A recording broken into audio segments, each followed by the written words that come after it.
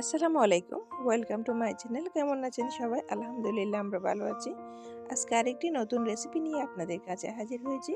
আমার আজকের রেসিপি হচ্ছে ফুলকপি পাকোড়া।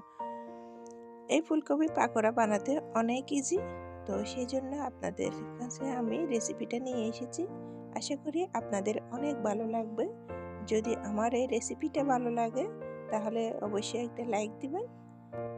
শীত প্রায় চলে যাচ্ছে, তো শীতকালে তো ফুলকপি বাঁধাকপি পাওয়া যায়। তো চিন্তা করতেছি আপনাদের সাথে এই ইজি রেসিপিটা শেয়ার করি।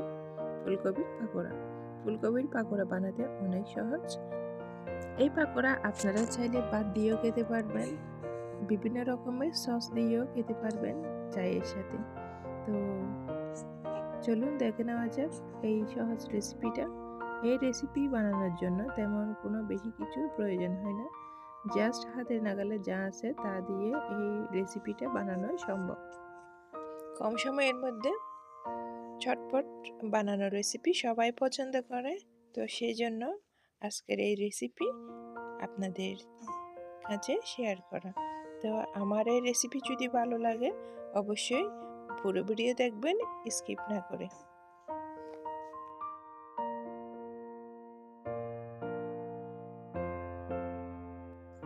প্রথমে আমি একটা ফুলকপি নিয়ে নিয়েছি, আস্ত ফুলকপি।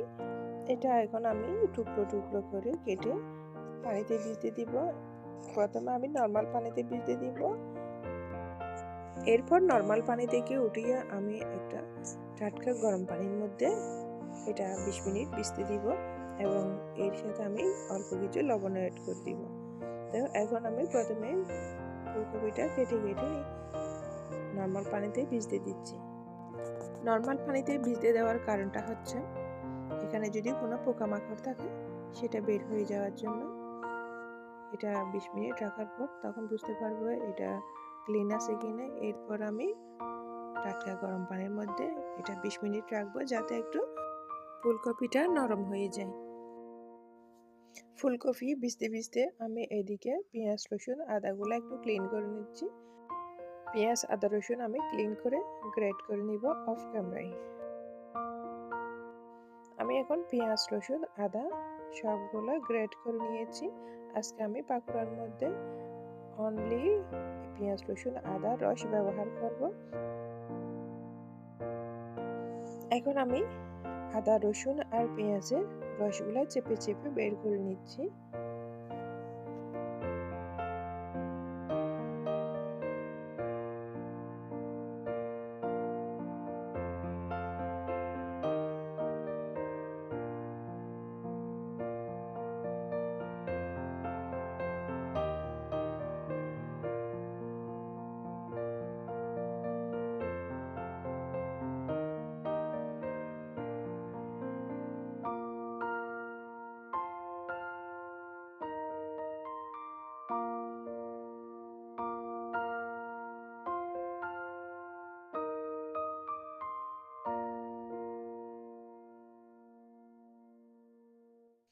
আর এদিকে ফুলকপিগুলো পানি থেকে উঠিয়ে নিয়েছি। এখন এটা অনেকটা নরম হয়ে গেছে এবং কাঁচা গন্ধটাও চলে গেছে। আমি একদম ফুটন্ত সিদ্ধ পানি দিয়ে এটা ভিজিয়ে দিয়েছিলাম 20 মিনিট। তো এখন এর মধ্যে আমি আদা রসুনের পেঁয়াজের রসটা অ্যাড করে দিব। এখানে আমি একটু করে পেস্ট করা পেঁয়াজ অ্যাড করেছি, একটু করে রসুন আর একটু করে আদা পুরোটা অ্যাড করে নেই, সামান্য সামান্য অ্যাড করছি এবং এর সাথে চেপে সব রসগুলোও অ্যাড করছি। এখন এর মধ্যে আমি বাকি যা মশলা দেওয়ার সবগুলা একে একে দিয়ে দিব। প্রথমে আমি এর মধ্যে দিয়ে দিচ্ছি মরিচের গুঁড়া 1 টিস্পুন। এরপর আমি দিয়ে দিচ্ছি জিরা গুঁড়া 1 টিস্পুন এবং হলুদের গুঁড়া 1 টিস্পুন এবং ধনিয়া গুঁড়া 1 টিস্পুন আর স্বাদ মতো লবণ অ্যাড করতেছি। আর এখানে আমি ভাজা জিরার গুঁড়াও ব্যবহার করেছি, এটা একটু টেস্ট হওয়ার জন্য।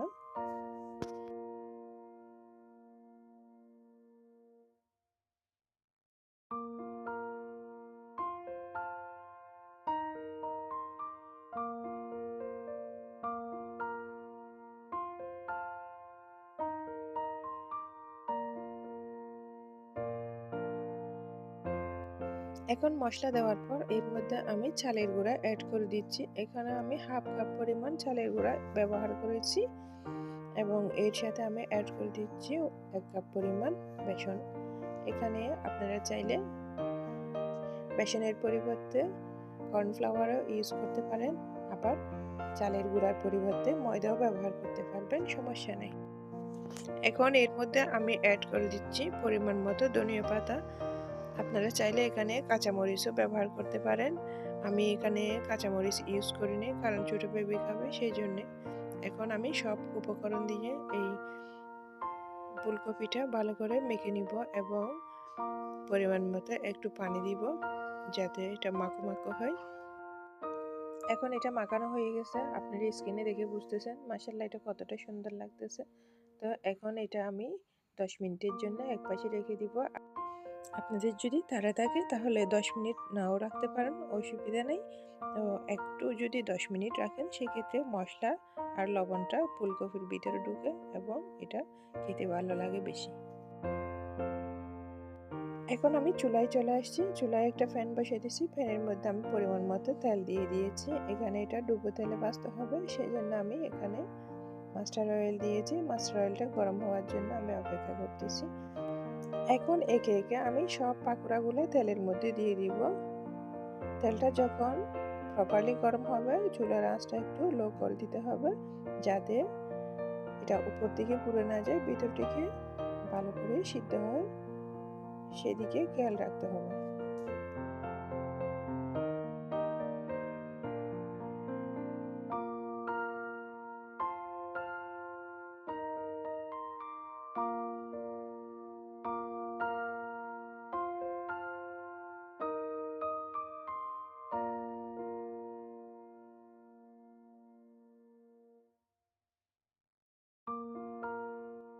এখন পাকোড়াগুলো এক পাশে হয়ে গেছে মনে হচ্ছে আমার, সেজন্য আমি একটা কাঁটা চামচের সাহায্যে আমি একটু নেড়ে চেড়ে দিব যাতে এটা ভালো করে সিদ্ধ হয় এবং প্রপারলি কুক হয়।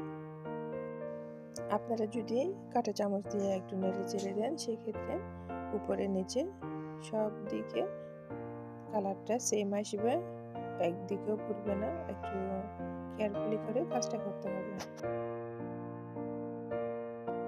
এখন আমি পাকোড়াগুলো সবগুলো উল্টিয়ে দিয়েছি, তারপরে আমি আরও একটু নেড়ে চেড়ে দিচ্ছি যাতে প্রপারলি কুক হয়, যাতে এক পাশ থেকে পুড়ে না যায়।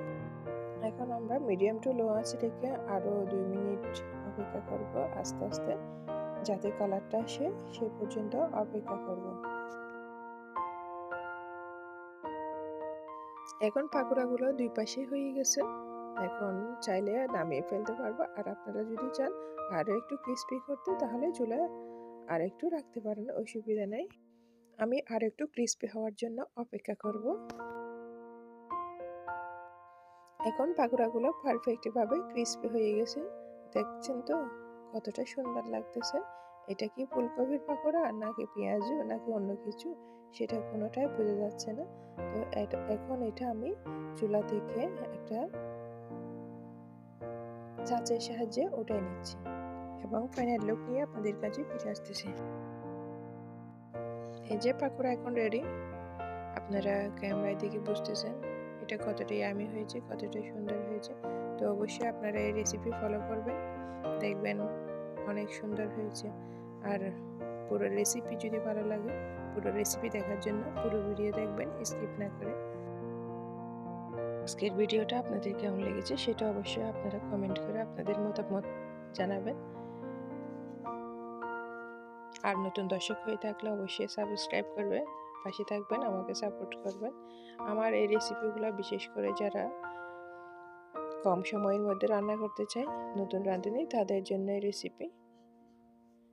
তো সবাই ভালো থাকবেন, সুস্থ থাকবেন। আসসালামু আলাইকুম।